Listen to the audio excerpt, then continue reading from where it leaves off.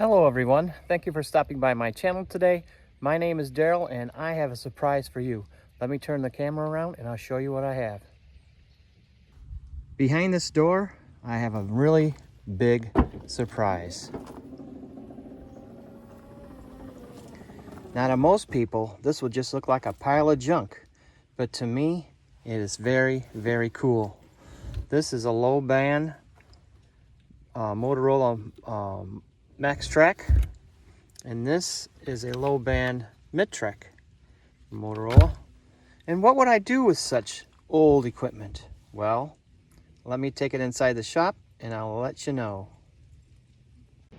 We are in the shop and I have brought this old equipment in here, and at the very top here is the Max Track low band, and at the bottom here, and I misspoke and call it a mid-trek, it is a Maratrack, M-A-R-A.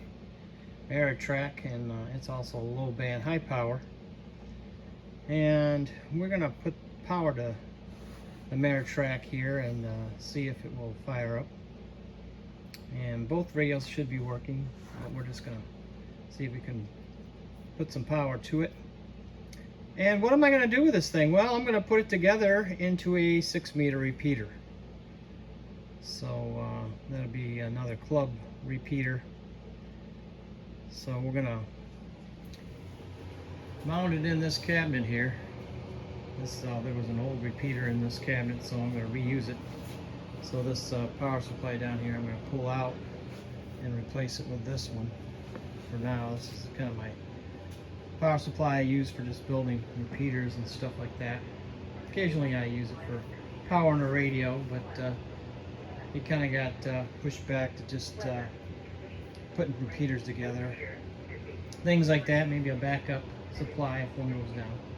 But I'm going to put this equipment into here with a controller and make a 6-meter repeater out of it. So look for some videos coming with that. So it'll take me a while to get this together, especially with my upcoming hand surgery. I won't be able to work on anything, so this kind of stuff I work on in my free time, when I have free time. So the first thing we got to do though is come on over here to the bench and put some kind of connectors on these power leads and see if we can fire this baby up. So let me get the power supply up here, and I'll put some leads, I'll put some connectors on the leads here, and we will see if we can turn the power onto this old equipment.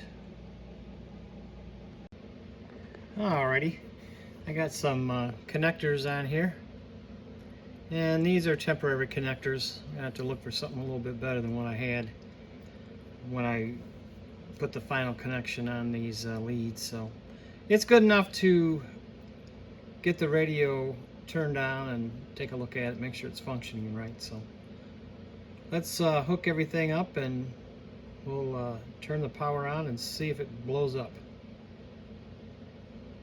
Alright, we have our wiring harness here connected back to our head and to our radio, and then we have a jumper up here coming off the power supply, off the positive terminal, and those will connect to our 2 ignition sense wires. I'll just twist them together and connect them to the jumper, and then that will allow us to use this on and off switch to turn the radio on.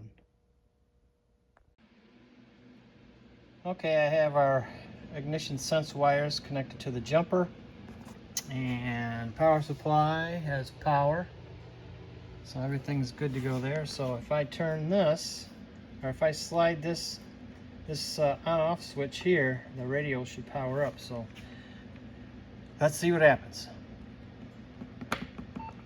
All right, that's a good sign right there. We got the beep. The beep says everything is okay. We're on channel 1, and then we got the mode switch. We'll change the channels. And Squelch is not hooked up for this channel. So there we go. So it has 99 channels. Let's just check our volume. Our volume is working. So I don't know what they have programmed into this.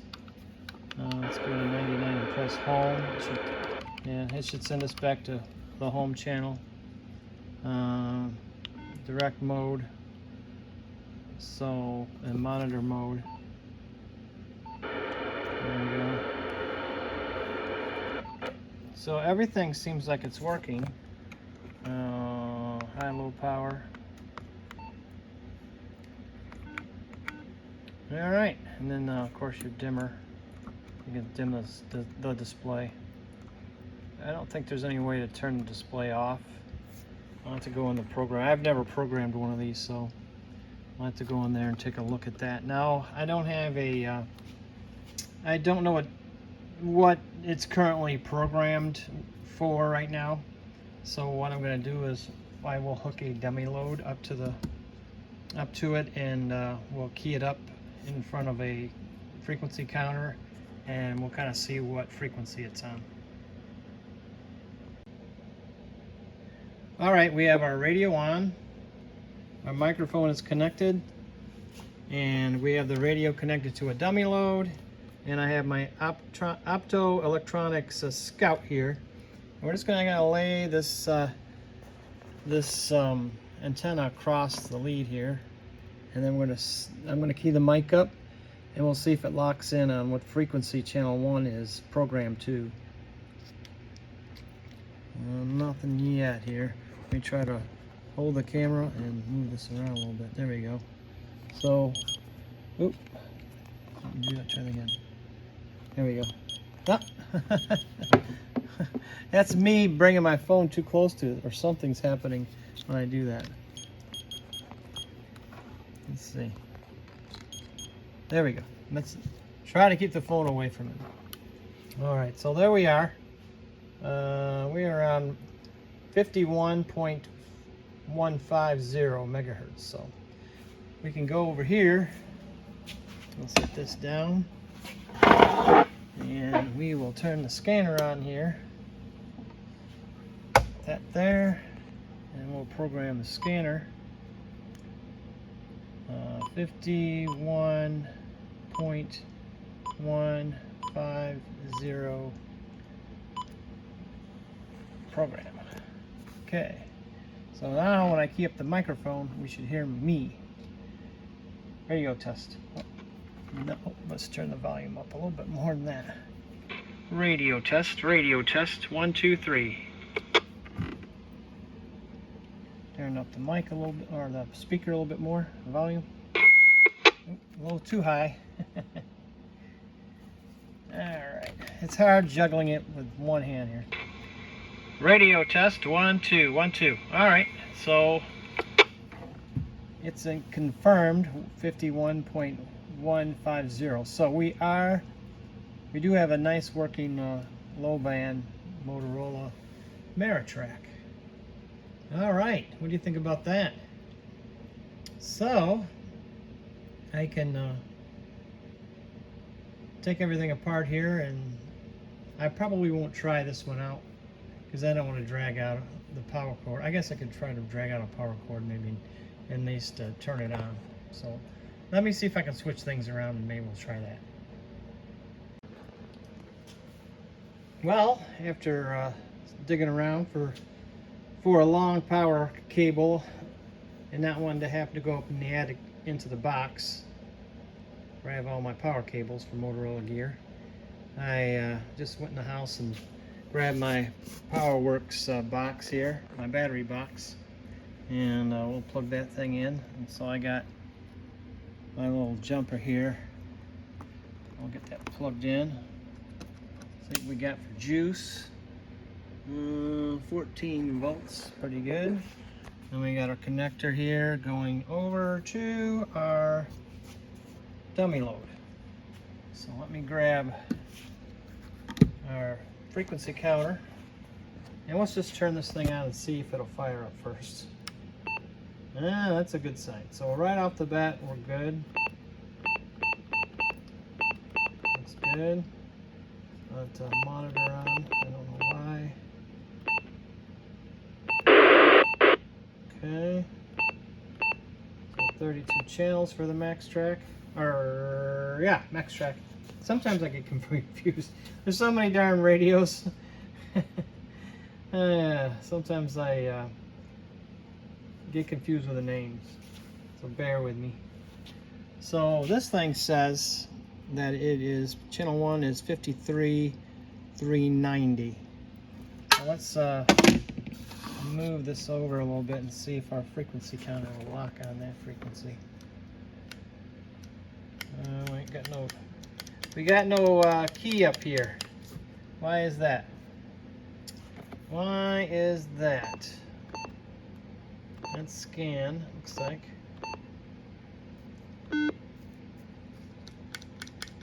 And we got a bad microphone. Hold on, maybe a jumper.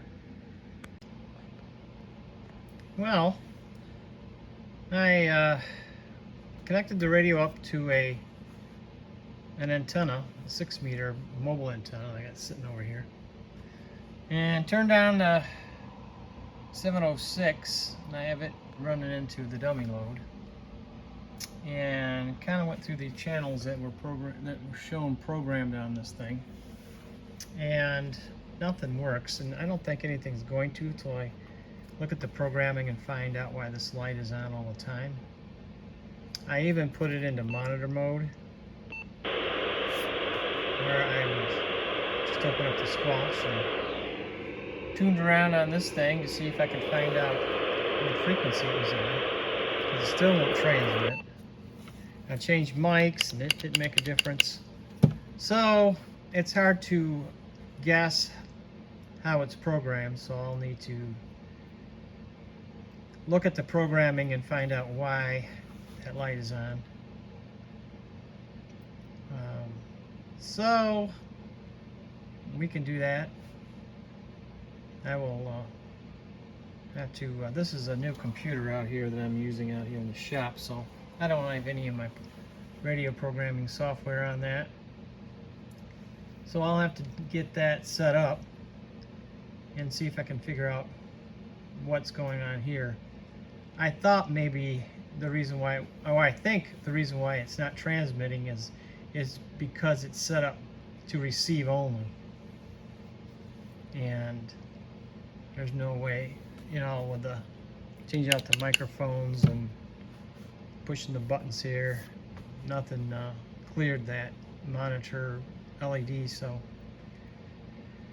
it might be set up for just receive only frequencies on here. These might be receive only, but I did go through each one of these frequencies and transmit and tried to get the radio to hear it, and it did not. And I checked the jumpers and back, and those were good. So the next step is to connect it up to the computer and download the program, download the code plug, and find out how this thing is programmed and what frequencies it's on, and then we can move from there. And I'll probably have to do that to the mirror track also, because they're not going to have the repeater frequencies that we're going to use programmed into them, so I'll have to do that also. Anyway, that's where we're at right now.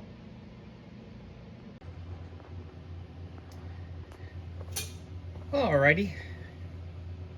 Well, it's been about a week, I think, yes, a week to the day, since I made the first part of this video. And since that time, I've had my hand surgery done. So I had trigger finger on this finger, and 2 years ago I had trigger finger on this finger surgically repaired. So I got to take my bandages off Saturday. I had the surgery on Wednesday, the day before Thanksgiving, and Saturday I got to take the bandage off. I can't get it wet yet, but I have been washing my hands. And I think this Friday I get the stitches out, and then I gotta wait 3 days after that, and then I can take a shower and not put a bag on my hand. So that's kind of a pain. So anyway, I'm back out here in the shop today, and I've had trouble with the bandage on. I couldn't type, so there's a lot of pecking around on the keyboard with one finger. So I think I got things worked out now where I can type a little bit. I still can't straighten that finger out all the way, and it'll take about 6 to 8 months before it completely heals.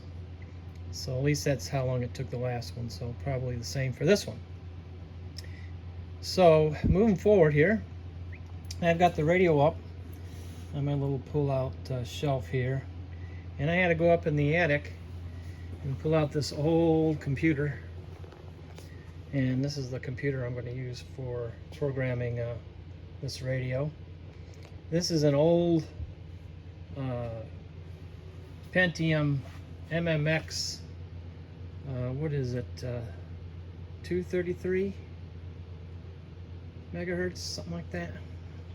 I know it's 33, but I think it's 233. It only shows up, I mean, way back, remember way back there when there used to be a little screen here, and this one has a screen where it shows you what megahertz you're running? Oh, this one will. So anyway, we got to program this with old Maxtrax software, so I need a slow computer, slow and old. So the radio is hooked up right now to power, and it is hooked up to a dummy load, which I really don't need because I'm not going to be transmitting, but this is just going to be the receive radio for the repeater. So then I've got the Motorola rib box here, and I'll turn the power on, the power supply, and then the radio will turn on. So let's fire this computer up, and we will make it run. You can see it says 33. And then I think it's this button or this button. One of them is turbo mode. I don't know if it works, but this computer was my father's way back when my father and I used to have computer wars.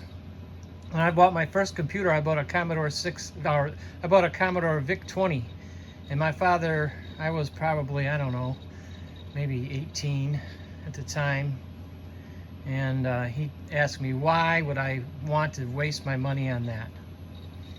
And as I started making computers, my brother started making computers, then my dad got into it, and we made our own computers, and he would always have the nicest computer, and he would always push him down to the person who had the least computer when he made a new computer. So anyway, this computer, heading off on a tangent, this computer was came from a company called Micro Solutions in DeKalb, Illinois.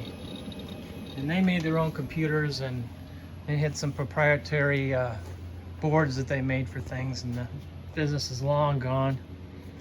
But they were the place to go if you wanted a nice computer back then. So anyway, I burned there's no there's no USB on this computer, so I had to burn the program to a disk to move it over to this computer. And I have to turn the monitor on there. So I got this old monitor too, and so we got the program running here. So this program has been let's see if I can get it to move over. It might not be quite responsive yet, so if I have to, I'll have to stop the computer or stop the video here and see if I can get this program running. But I don't have a mouse. I don't have a serial mouse anymore, I don't think.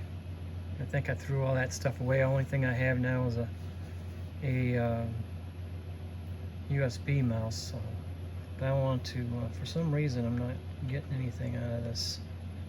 And it's all trial and error. This computer hasn't been running, jeez, I don't even know how long. So let me try to mess around and get this program started, and then I'll be right back. All right, I know why the program's not starting, because it's a DOS program, and we need to shut this computer down and restart in DOS. I don't know why. I wasn't thinking about that. I was blaming it on my finger surgery.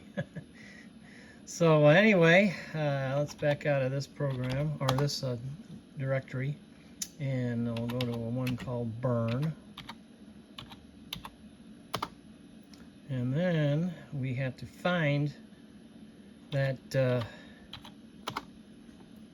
that program, and I got to remember which one it is because I've just loaded all of them on here that I had, and I'll have to figure out which one it is. I think it's the Max Track 6. I have a whole bunch of, a lot of these are all the same. They just came off my programming laptop, and for some reason I had a bunch of them on here all named the same, and it was a mess. Some are different versions. Let's see, so I gotta remember how to do this now.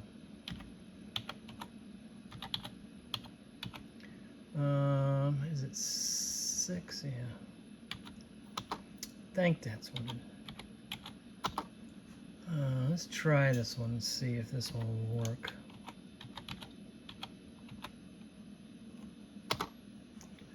Alright. And now we're going to go to F9, F3. And I don't think this is the right program because I thought I should go away. I'm going to put burn. Oh, Jesus. Burn. And I'm going to come down. I'm going to get rid of that. I'm not really making a backup right now. And then we're going to just test the COM port. So we're going to hit F3. And you can see where it says COM port OK. Now I'm going to back out, and if this doesn't work, I will stop the camera. I'll go through here and find the right program. So bear with me. Oop, wrong way, Daryl. There. We'll see. It probably will. It may read it, but it may also error out. So we'll see. It looks like it's reading it right now. Let's see if we can get through the whole read without getting an error.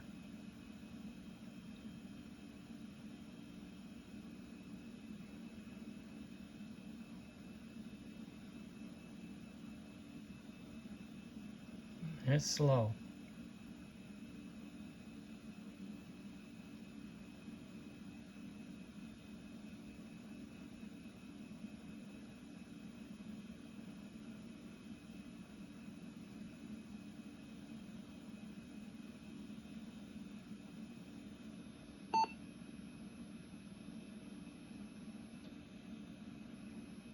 All right. So we did not get an error. So now we'll back out. And we'll go up here to where it says F4, change and create. Oh, so, yes, change and create or view the code plug. So we'll hit F4. And now we're going to go to F5. And this is our channel number 1. And this is what the frequency is on channel number 1. Now, in my jacket, I think, or somewhere, maybe in my pocket, I have the repeater split that I want to use, the repeater pair. So we'll put that in, and it's going to be a receive only channel.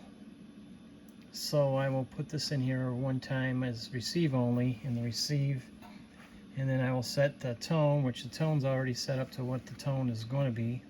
And actually, I think this is a now that I'm looking at it, this radio is already programmed for the receive. So wow, I got lucky. So, and that's something. It's already sent to receive. So okay, so I'm gonna have to go through all the other settings on here and make sure everything is right. Where it says TX frequency, we can go down to there and we can just type in blank, and that will turn that off. So now it's only receive only. There's no chance of transmitting with this radio with it like that. So we can hit F4 and go to the next mode, and you can see that they also have this as the repeater output frequency, which is going to be 52.850. So that really doesn't need to be there. I just don't want to have any mistakes with this, so I'll probably end up removing those modes out of there and just having the one channel with the input frequency on it, and that's it. The mirror track is going to be the transmit side of the repeater, so that will be a whole another game getting that thing running. So let me turn the camera off here and I'll make a few changes and I'll come back.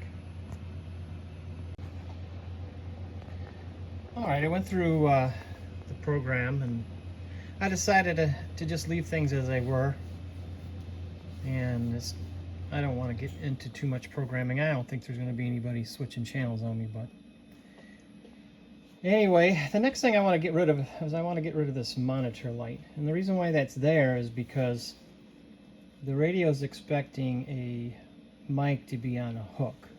So there's a couple of different ways you can do that. You can ground the hook out, and what it does is when the radio's on the hook, it will only receive a signal if that signal is transmitting the proper PL. So it won't hear anything. You might see the monitor light up because there's traffic on the same frequency, but you won't hear anything because that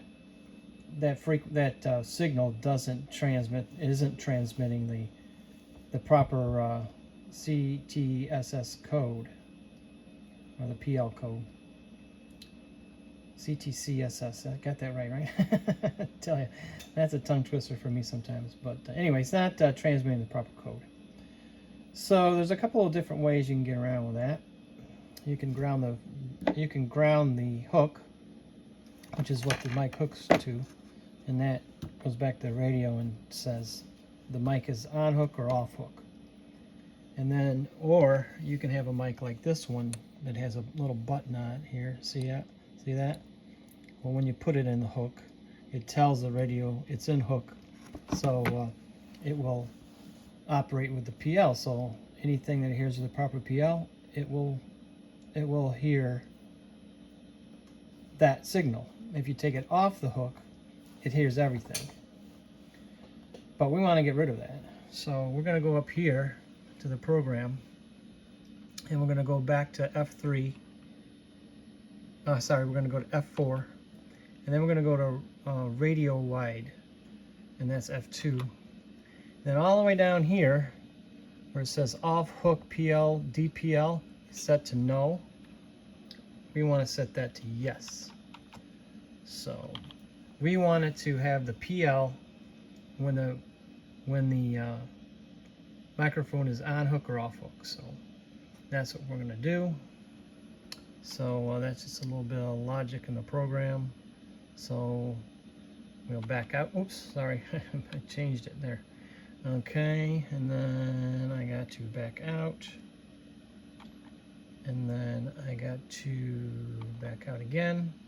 Then I'll go to F3. And then down here in F8 is program. So we're going to program that. Hit F2, and then you'll see when we get to a certain point in the programming process here, that light is going to go out. Let's back it up. Let's see how long it takes it to go out.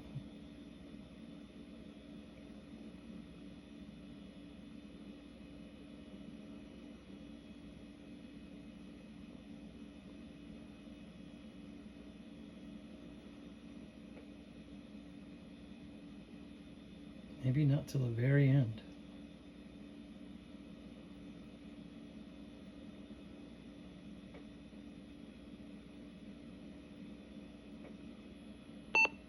There.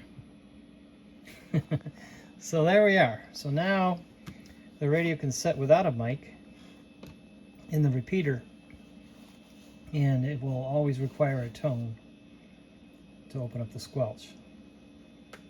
Now the repeater controller that I'm going to use, it can also do that. But we'll see once maybe I get the controller up. I want to change that logic. I have no idea. This is all new to me, connecting this particular controller up to this radio. So we will see what happens along the way here. But anyways, I just wanted to show you this this Max Track 6-meter radio being programmed, and on our way to making a 6-meter repeater for our club. So this is going to be, again, this is going to be the receive radio, and then the Meritrack over there is going to be the transmit radio. All right, cool. So yes, these radios are still useful. Very easy to work with. All right, did you have fun with that? I did. The next time, I'm going to end the video here. The next video, I will try to get this Meritrack set up on this drawer here, my little workspace here, and we'll see if we can program that thing. Now that one, I have never programmed a Meritrack, so we'll have to see, and I'll have to get the program running, and we'll see how well Daryl can do that. So, and then once I get the if everything goes right, that transmit frequency is already in there. I really don't know, but I want to verify that, and then I will try to figure out how I'm going to control that radio with the controller without lopping off the cable that runs between the radio and the control head. I kind of want this to run headless, so there will be no head, but I don't have any kind of harness that I can butcher up, so I might have to see if one of my friends has one of these. I know somebody who's got a lot of Meritrack stuff, I believe, and they might have an old butchered up cable that I can use, and I won't feel bad about, you know, chopping the cable up a little bit and then keeping this one new, because, you know, they're expensive and sometimes they're not easy to find. So I will try to do it the best I can, or maybe I'll just you know, unsolder everything from that one and just keep the cable in good shape, but just solder some you know, connect up some new cabling to that. So we'll see. I don't know. I'm in no big hurry to do this. It's hard for me to move this stuff around anyway.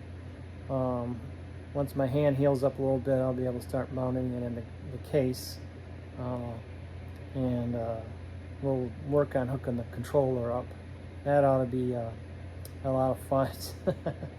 I have gotten this controller to work on another repeater, so if all goes well, when I get this 6-meter repeater going, it will be able to be linked to our main repeater, and we can link it and unlink it right there at the shack. So that would be kind of fun. So if you want to go off and have a conversation by yourself on 6, you could do that.